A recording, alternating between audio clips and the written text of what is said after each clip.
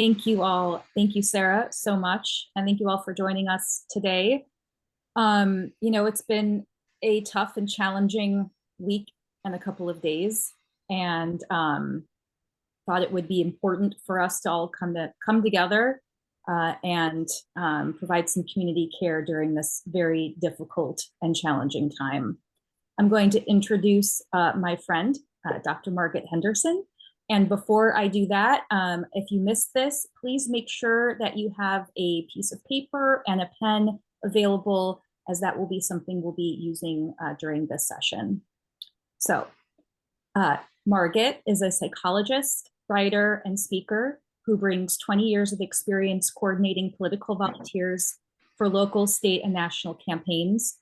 Her political engagement emerged from seeing how unjust systems and prejudice drive the dis-ease she sees in herself for clinical practice and beyond.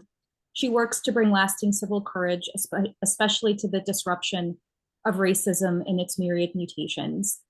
Margit is also a dear friend of mine, and we've done quite a bit of work over the last year together. And in every instance that I've interacted with Margit, I've always come out feeling a little bit better and a little bit more grounded. And so I hope for you all today that you can feel that. So thank you, Margit, for being with us. Oh, Shannon, thank you. Oh my heck. Today is going to be really just about love and care and tending to emotionally, somatically, the meaning making, but in a grounding and caregiving way. We are not going to analyze what happened, and we're not going to plan what the next steps are. There are lots of folks doing that who have lots to offer there too, but that's not what's happening here today. And before I get started, I would ask that you all grab a piece of paper and a pen or a journal or something to jot some notes down for yourself. This is going to be a period of reflection and bringing presence. I am here to bring care to you. And the reason that I can bring care to you is because I have received care. I am as heartbroken as many of us are about this. So this is not me somehow having my stuff buttoned up, because it's not. But I have had care and grounding and practice in that. And I do want to name in particular that the people who are coming through me to you, this is not a me giving you something. This is from a lot of different sources, a lot of learning I've done. And I want to name in particular Resma Menakem, Carlin Quinn, Jen Lee Coble, people I've been in practice with for some time now. Justin Michael Williams has been a meditation teacher for me. The people who have taken care of my embodied self are Amanda and Gigi, among others, right? So this is just me moving love and care around and back through us. And so this session, we're really going to be talking about grief in all its myriad emotional and cognitive forms. And I'm going to open that up here shortly. And I just want to say at the outset how important it is to honor that we all grieve differently. There, you'll see how, and you may know already how multifaceted grief is. Certainly, Safe Illinois, in work with gun violence, you all are dealing with bereft people and experience of grief. And so, with that said, we want to really honor the differences there. And one of the things that happens with loss is that when people grieve differently, they can pull apart from each other. They can get judgmental. They can, we can look at each other and say we're doing it wrong. And I just want to hold that that's what breaks families apart. And we are a family. We are a national, global family. And as best we can to not harsh on each other. That's going to be really important as we move through this emotionally. And the other thing to really name is that for some of us, it's kind of new to feel like the government is now gonna be in opposition to us in some really profound ways. But there are lots of people who have been in marginalized communities and identities who have lots of experience with this sense of betrayal and disappointment, deep, deep, deep disappointment. And so for those of us who are shocked and just like, whoo, really thrown off of our moorings, that's our experience right now. It's part of my experience too, but also I want to really name that I know many of you. This is an ongoing experience of betrayal and lack of safety. So again, I hold my heart just as tender. I'm a mom of children who are targeted by this administration, and so many of my beloveds. And I sit in a place of privilege. I have great advantage, and I want to think about how to bring that advantage to bear to move things forward. And so that's especially for those of us in advantaged positions.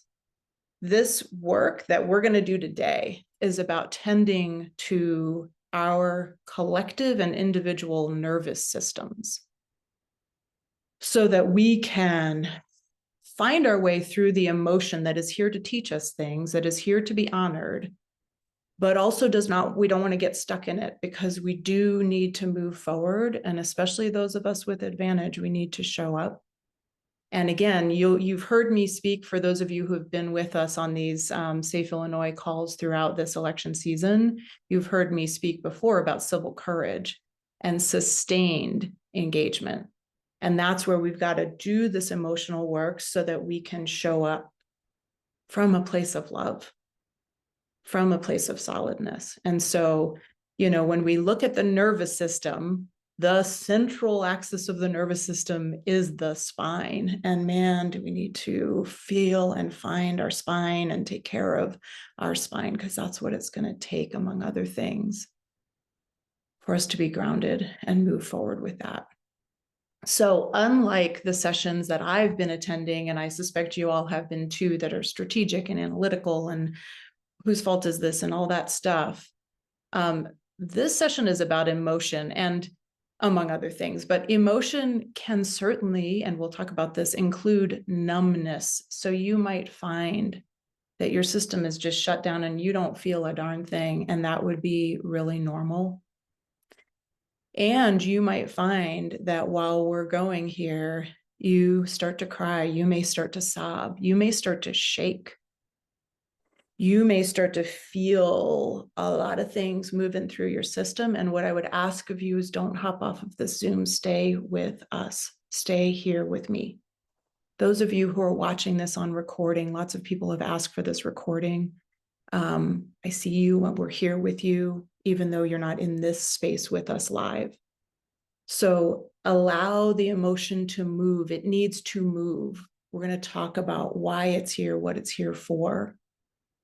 And I'll talk to you about some ways to be with it. But if it comes up, just let it ride. Let it ride if you can stand it. And I really encourage you to stand it, because as we do that, it makes room. It makes room. Resma talks often about room in our nervous system, not remedy. We're not here to fix anything. We're not even here to fix our grief. We're just going to be here to be with it, to have space for it. So with that said, I want to begin, and I'm going to really just be like guiding us. So let this wash over you. There's no notes you need to take. It'll be recorded. If there's some concept that is helpful and you want to come back and look at it again, you can go back and get the ideas. But I invite you to just let this wash over you. There's nothing to do here other than just be, and let whatever is coming up move in your body, in your heart, in your mind. So for starters, what I would invite each of us to do is to do what we're going to do, just a breathing exercise. There's a box breath, but we're going to do, really, I think of it as kind of a box triangle. And so in a moment, we're just going to exhale together so that we kind of start in the same spot. And then we're going to inhale for 4. We're going to hold it for 4. We're going to exhale for 4 and pause. Inhale 4, hold it, exhale. So just take a moment and breathe all the way out. So we start in the same spot. And then on the count of 4, we're going to go inhale, 4, 3, 2, 1. Hold, 4, 3, 2, 1. Exhale, 4, 3, 2, 1. Pause.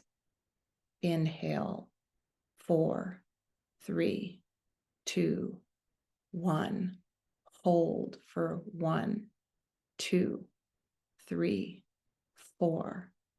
Exhale, 4, 3, 2, 1, and pause. And again, inhale, 4, 3, 2, 1. Pause, 4, 3, 2, 1. Exhale, 4, 3, 2, 1, and pause. And this is just to like connect us with our nervous system. It's not really to like calm us down. When something moves in your body, let it move. But it just is like to help us find ourselves.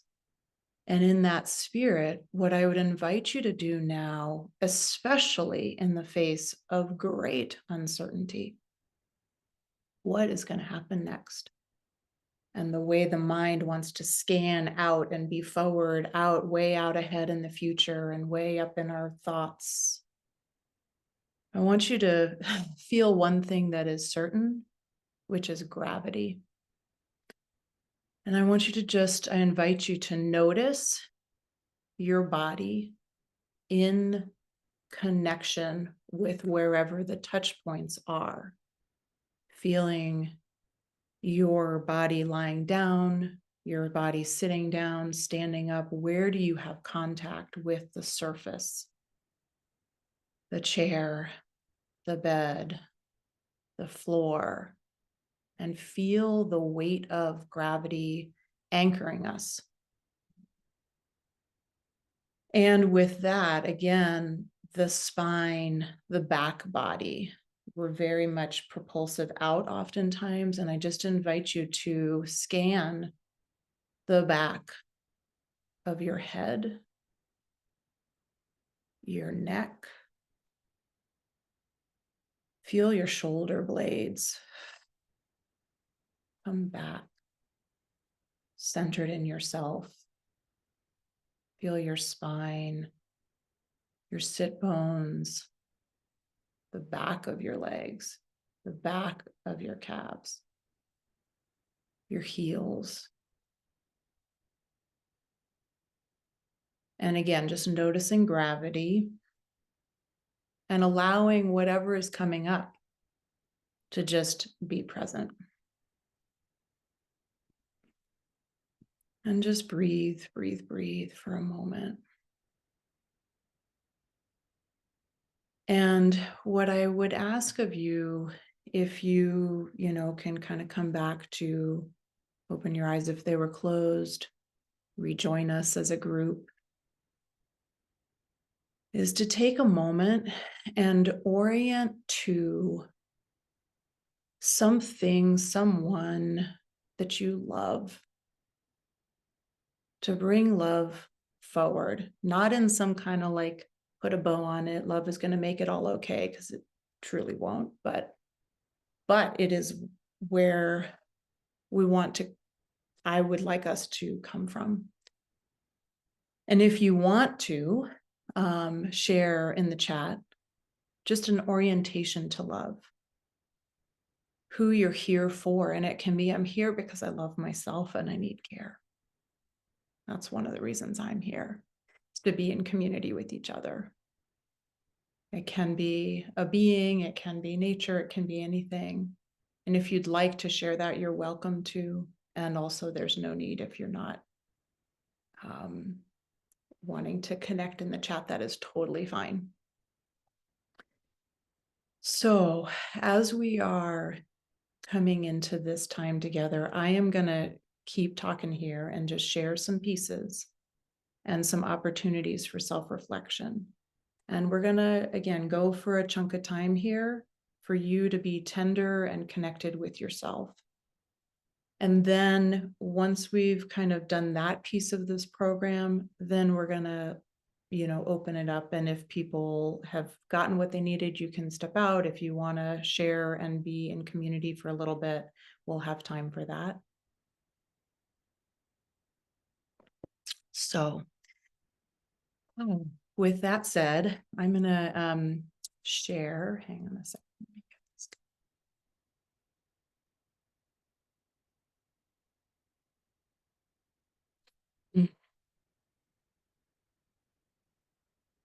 All right, y'all.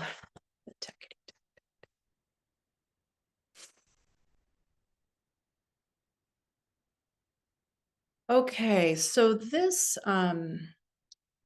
burnout work, again, when we are looking at what is to come, my hope is for us to engage in sustained political engagement. But I also do know that some of you all are wrecked, like you threw everything you had in and you're really tired. And I just want to honor, there is no rush. We have a whole lifetime, eons, generations to do this work, but I do want us to be here together so that we can engage in whatever way is right for us at whatever time is right for us. Sometimes it's a relay race, and it doesn't have to be all of us pushing all the time. But this is the piece that I want to share with you, that actually this content I developed at the beginning of the pandemic, and it is from my lived experience with burnout. It is from my observation as a therapist.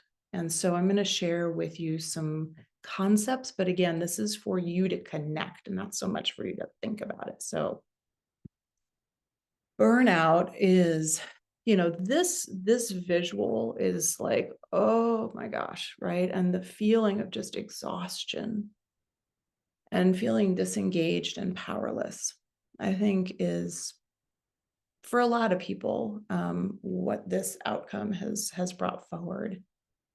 And I'm going to share this model. If you all were with me last time, I think in images. So let me give you what I see as the burnout cycle so that we can just see and hold ourselves with great tenderness.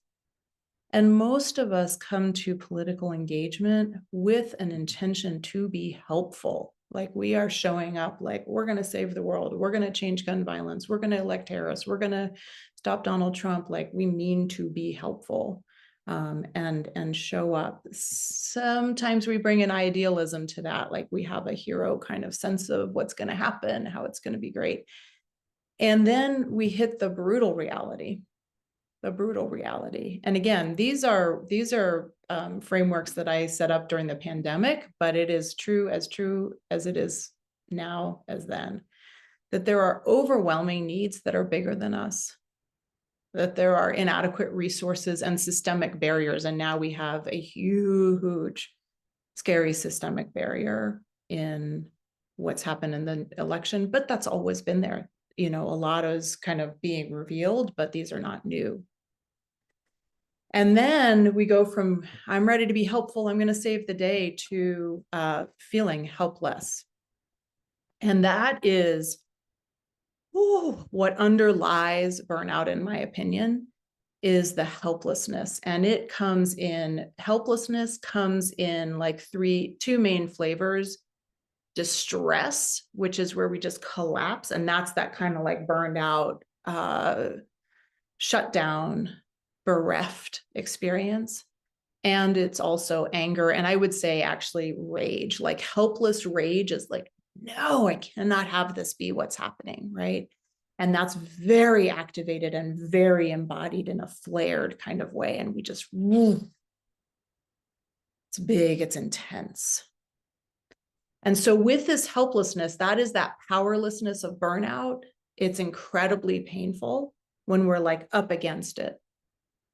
And the next piece, is that we then end up crispy, fried, and we need help. And this is a soul tiredness that happens where, again, just the like heaviness of this is so big. And again, we end up feeling wrecked. And this is where, again, those symptoms of burnout, of just like sheer exhaustion. And it is not a light tired, it is a heavy tired. And part of what happens then is that we get into this mode where we, do self-care. And y'all have heard me last time, for those of you who were here, and I'll drop the link to the talk that I did a couple months back for Safe Illinois, since I'm referring to it some. But we get into this kind of like, let's restore, let's re-inspire, let's just kind of patch ourselves up and put ourselves back in the game and do self-care and and all of this kind of stuff. And we just like patch ourselves up. I've done this many times and just like go right back into it in the same way. And so, that whole way of being with this slide just like is like all of the like to-dos of self-care. Like, okay, I need to come to this Zoom and let Margit like love me up. And then I ought to work out and I ought to eat better. And, these things are really important, but what is happening in this world, whether it's how it has happened from the beginning of the founding of our nation to this moment where it is revealed in brutal clarity, is bigger than self-care is going to really take care of. And so I would offer that there is another pathway. And that pathway is we move by grieving and receiving. And that is the piece I want to bring to us today, is really looking at grief as a process that we are in and looking at the issue of communal care, receiving. And that's where we receive help. We're trying to be helpful. We're trying to be activists, but we are the ones who receive help. And I have found in my, again, personal experience, observation, that community, which is why we are here today, and nature and spirit, and I'm going to open those up in a moment. And when I say spirit, I mean like something bigger than me and my little body. And there's lots of ways to go with that. Are the pieces of help that can really help us get to a place of sustainable helpfulness, offering care, engaging in activism in a way that is sustainable. And so I want to just open this piece up. And so, let's move in this together, right? Where we're finding burnout relief to be able to do the long haul here. This is not quickly fixable. And that's okay. That's okay. But we gotta be with us in a tender way. So let's talk about the stages of grief. Elizabeth Kubler-Ross came up with these stages. She's, this is from the 50s. And you'll see these pieces in what's happening here. And I'm going to pop us out, but I'm going to put this back up here in a minute. So again, don't worry about it. This is not a like class, but let me talk us through these stages. So the first, and what I will say about grief stages is, these are not really in order. There's not a like, check the box, I did that stage and now I move on. That is not what grief looks like, but these are the flavors. These are the emotional flavors of grief. And emotion in general is here to help us. All of these are helpful and important, and we don't want to get stuck in them. If we get stuck somewhere, then it's like not helping us move forward, right? And we can hang out in places as long as we need to, but that sense of like, okay, let's keep going here. The first one is shock and denial, and stages of grief are usually thought about in terms of death and dying and loss in that way, but I would offer that any disappointment in your life is a grief experience. And certainly this election loss, whether you saw it coming or didn't see it coming, there is still this phase of shock and denial. And there are emotional qualities and cognitive thoughts, like sensations in the body and feelings, and then thoughts that go with it and urges that go with each of these, right? So then the shock and denial is especially cognitive, like I cannot fathom that this has happened. And you might have even seen, for example, someone die, like you saw them, and then later you're like, I can't process the fact that this person in my life is gone. Like it's the brain kind of just glitches out. And so this is especially a cognitive experience, but it's also an emotional experience that often has numbness, like where your body is numb, where you're like, I should be upset or should, but I can't find it. I can't feel it.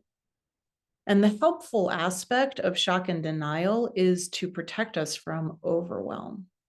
And so it's just like throws a breaker switch. Okay, like helps us kind of like titrate that out in some kind of way that we can find. But the other piece of this is ultimately we can't stay there because there's work to be done, and there's like showing up in a human way that we want to feel. But this is very normal. And when we have people saying like the election must have been stolen, and I mean maybe it was, but those kinds of thoughts are just thoughts around like I cannot fathom this. It's so shocking. And part of our job is to sit with like, maybe it's a given that it actually went down like it went down. What does that mean? How do we like process that?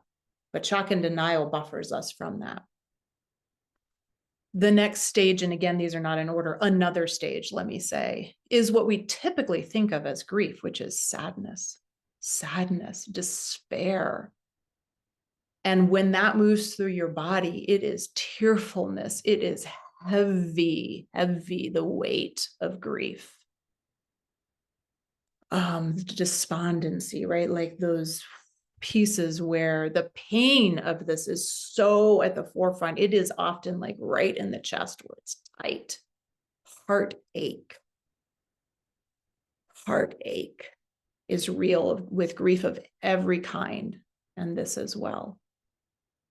And the numbness might want us to not touch that, and other stages of grief are often protecting us from just feeling the wound of this, the great tragedy of what is happening. And again, this was with us before Donald Trump's election. Donald Trump's election, again, makes it abundantly clear, and it was going to be with us even if Harris had won, but like the ouch. Oh, right. So the anguish of it. And when tears come, let them move through. We often fight them and try to not be vulnerable like that. And this is the thing about vision. Like a lot of us in activism have a vision that we are moving for, and having vision, and this is Prentice Hemphill's teaching to me anyway, is having vision is like longing. It's not here. I'm trying to move towards that. And when we allow ourselves to long for something better, it's so vulnerable. It's so vulnerable because it might happen and it might not.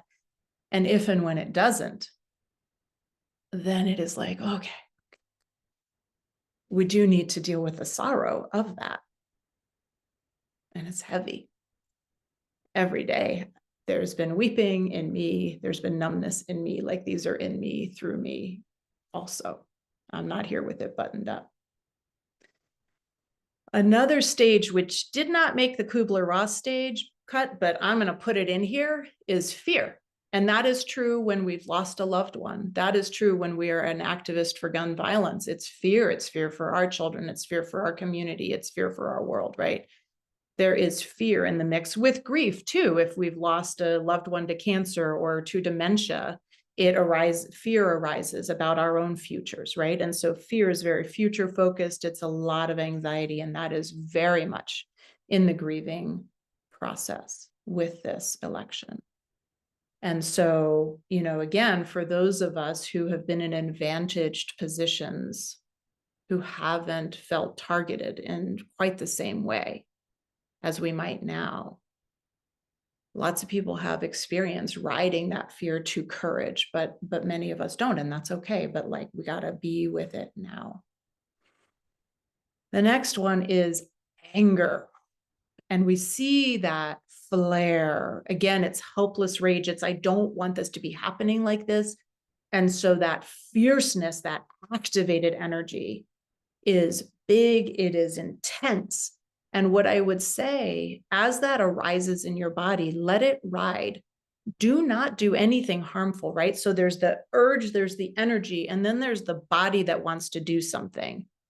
No throwing things, no yelling, no hitting anything, but what I would say is take that force and do something with it, right? So even today, if that force arises in your body, there are a couple of harmless but like gratifying ways to move with anger. And one is, I often just like push into a wall like with all my force, and that wall's not going anywhere, but like, does it give me a sense of like moving energy through and out of my body to allow anger, which is a signal that we've been harmed or violated in some way.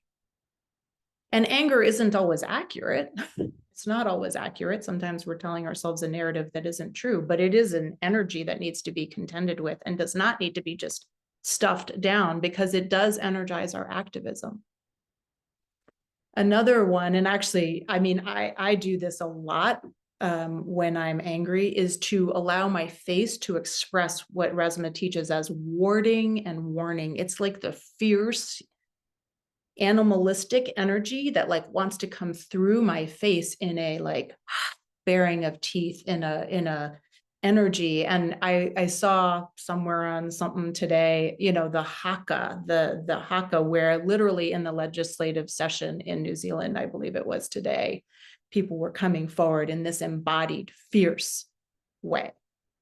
And so let your body move like that. It's not going to hurt anything. It's not going to hurt you. Be careful about screaming, because that can hurt your vocal cords.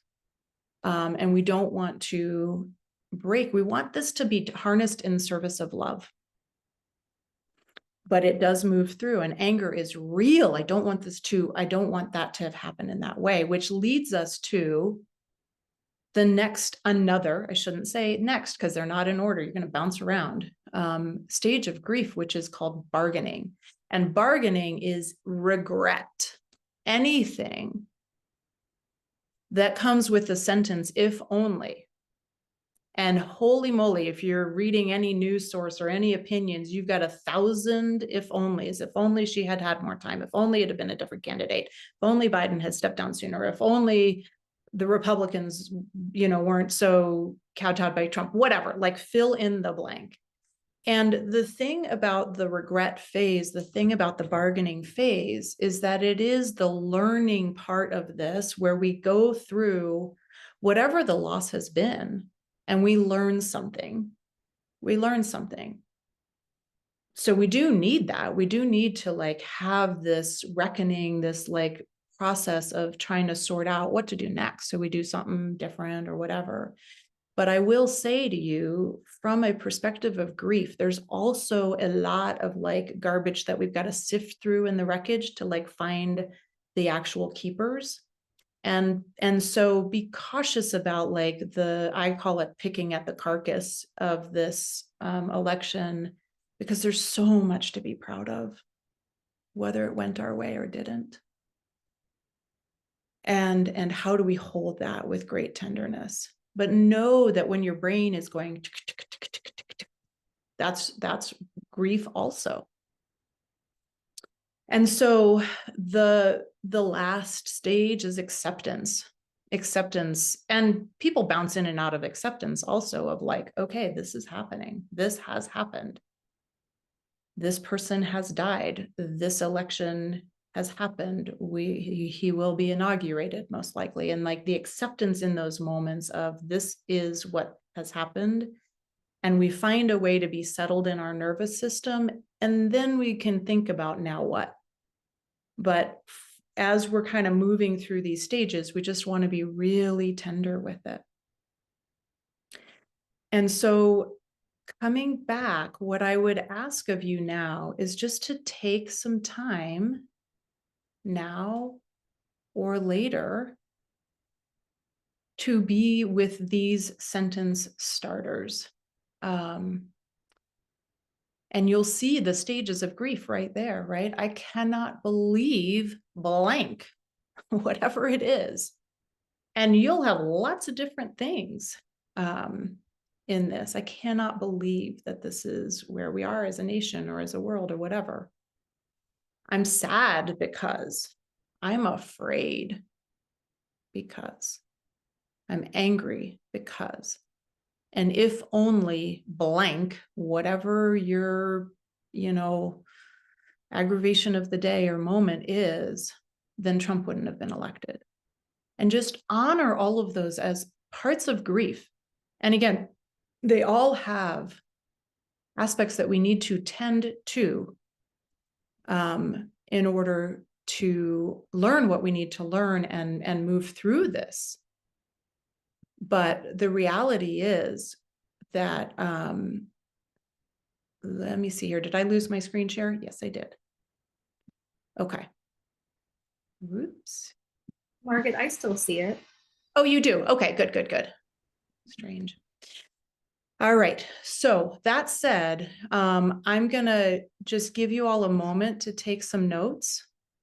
And if you want to drop it in the chat, feel free to do so. But again, let's just take this tenderly as grief and loss. I'm going to grab my glasses that I dropped. I'm going to take a drink of water and give you all a minute. And I'm going to take a peek at the chat and see if there's anything I need to address. Oh.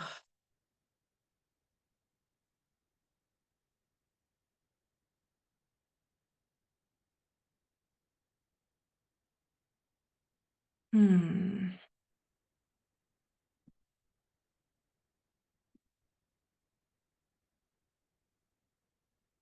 Yeah.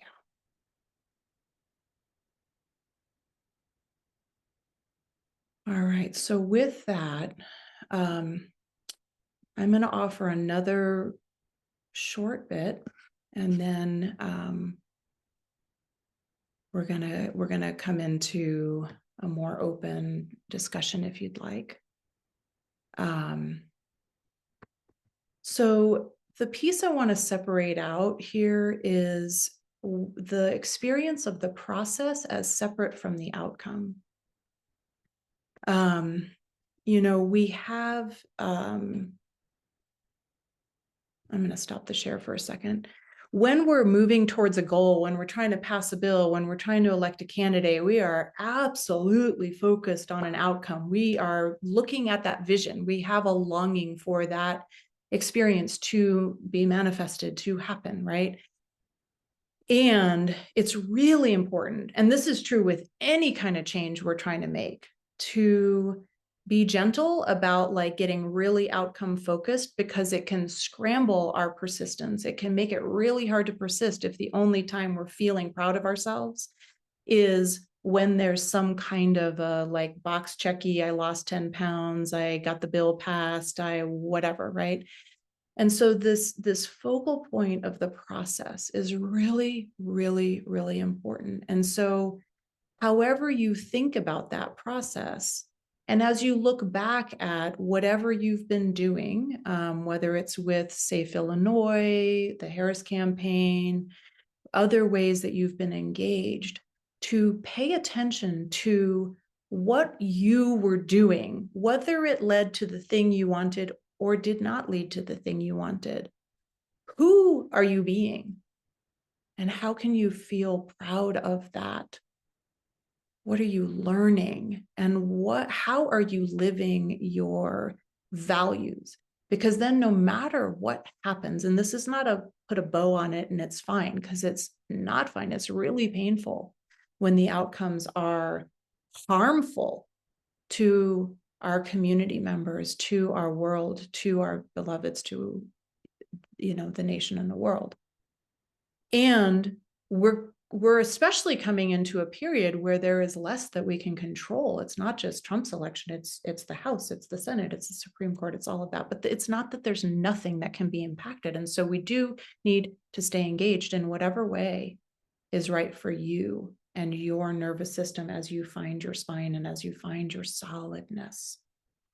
And so this issue of who are you being, what are you learning, and how are you living your values? And even as you look back with regret and with grief, and maybe, you know, oh my God, I just wrecked myself working for this election or whatever, or, you know, I didn't do enough or whatever. Like, what are the takeaways? What happened? How did you change? How have you been changed by being involved with Safe Illinois? How have you been changed?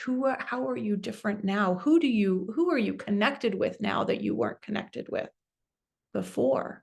Because we can get into just, again, this deep hopelessness of like, what the fuck did I do all that for? It doesn't matter. It didn't matter. And the answer is, it didn't matter in that way, and it still matters, right? Everything is different and nothing is different. It all mattered, it all didn't matter. Nope, it's both and, right? And so this question of the process, how am I different? Maybe I'm more cynical. Maybe I'm more like discouraged. And yet, like, how am I going to find my way forward again?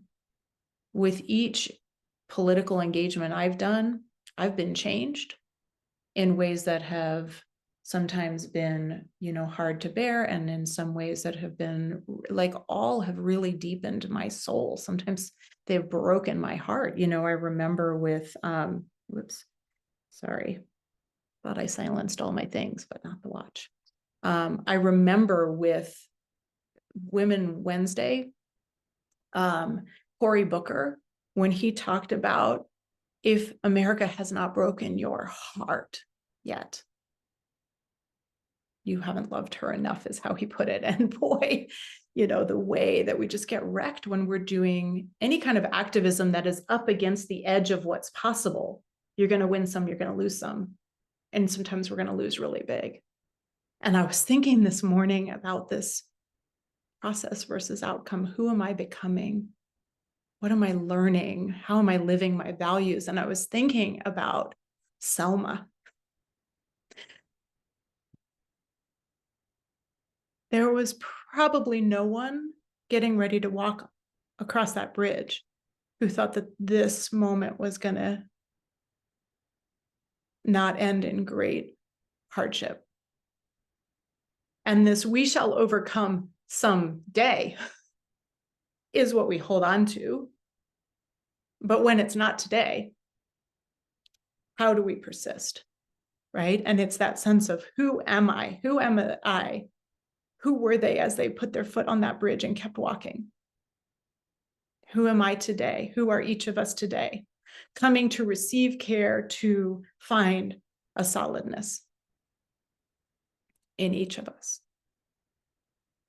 So those are really important questions to be grappling with, because especially now, we will have wins.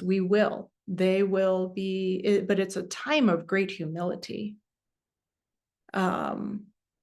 And again, how do we stay engaged for those wins that are not as heroic, not as like broadly dramatic, but man, do we need to stay engaged. Okay, I've got a couple more thoughts for you, and then we're going to open this up. So let's talk about providing care sustainably. And again, this slide, I made it during the pandemic. So I'm working with caregivers. I was working with mental health professionals. I was working with public health officials, medical providers, right? And so it was about providing care. But to me, what is activism other than care? It is love in the world, right? So as we are providing care sustainably, I offer to you that community, nature, and spirit are crucial. And so nature is, of course, our beautiful world around us. Is how do we get anchored? And Prentice Hemphill, oh my gosh. I mean, we are, of course, scared for nature, scared for our planet. And yet today, beauty does surround us. Our natural world is here. And Prentice Hemphill describes like laying on the earth, connecting with nature in times when they felt like the world hated them, but they could be held by nature. And so that sense of like anchoring into the natural world is crucial. And just as a reminder, and again, I'll share the link to that prior talk again, but your body is nature, right? So last time we talked about the stressor, the situation out there, as separate from the stress in the body. And this is your nature. This is your nature, your embodied self. And so when we take care of ourselves in all kinds of embodied ways, that is about tending to nature. Because again, the stressor is not going away. I mean, it hasn't, it's always been here, but it is really salient right now. And so when we bring care to our bodies, that's another way of being in nature. And so I would ask us all right now to just take a minute and stretch, and just like, whoo, look around your room slowly, tenderly. Notice your spine, a little cat-cow. Oh, open, which is so hard when we feel vulnerable. It's hard for me when I feel vulnerable. And bringing care in a stretch.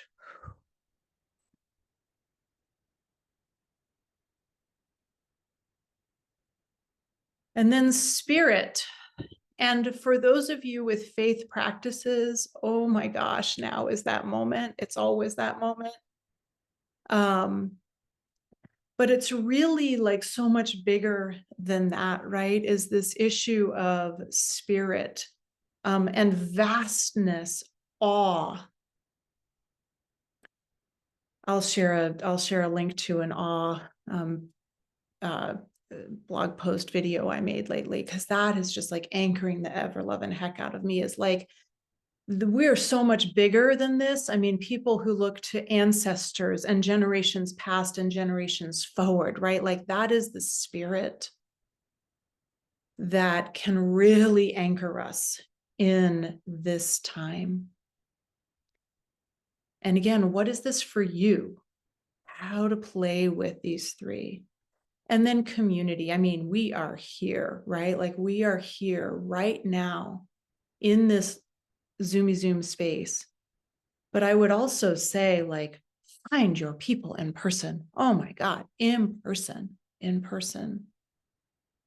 Other humans to be together with, or your animals, to just like find a nervous system co-regulation, groundedness with each other. So I'm going to give you one more piece, and then we're going to close out the Margit presentation thingy here, and go from there. So the last thing I just want to share with you is these are my favorite books about, oh gosh, I have so many. That's actually not even true, but these are resources I want to share with you. Prentice Hemphill is a somatic therapist, teacher, healer, and was centrally involved in communal care for Black Lives Matter. And this book, What It Takes to Heal, is absolutely beautiful. It's really tender and real and grounding. So I highly recommend Prentice Hemphill in general as a teacher, and this beautiful book. Another is Rabbi Sharon Brous, and her book, The Amen Effect, is anchored in Jewish teachings from the Old Testament, Judeo-Christian stories. And it is a beautiful book. You know, all of these, of course, written before the election, The Amen Effect written before October 7th, but this issue around care, and again, how we love each other through anguish. Shelley Tiljeski is an amazing teacher, and her book is Sit Down to Rise Up. And she's a meditation teacher. She's also, she started the Pandemic of Love. And so she has started a huge communal care network when the pandemic hit. She put up 2 Google Docs, people who have help to offer and people who need help. Like literally no admin, no 501c3. Like this is not, she just put up these 2 Google Docs and it exploded. And people were able to give and receive care all over our nation, millions addressed during the pandemic and on. But she's a very powerful teacher, including, again, sit down, take care of ourselves to rise up. And lastly, in this instance, but there's so many, is Pooja Lakshmin. And I discovered her on the Women Wednesday calls. And again, you know, those calls were so grounding for me. But this book, Real Self-Care, is incredibly powerful. And she makes a distinction between real self-care and faux self-care. And so what she's teaching is in my opinion, exactly what self-care needs to be, which is boundaries. That's the first one, is how do we set boundaries? Self-compassion, being anchored in our values, and being empowered and rising up. So these teachers are some who have really been grounding for me, but I really just wanted to share those with you. All right, my friends. So for those of you who want to stay, please do. I'm going to peek in the chat for a sec and see if there's any questions. And if you have questions for me about what I've shared, feel free to come off of mute and chime in, but also, what would you want honored? And if you all have gotten what you needed and you want to close out, that's okay too. I know we're almost at the hour, and I thank you so much for being here with me in great tenderness. And so thank you.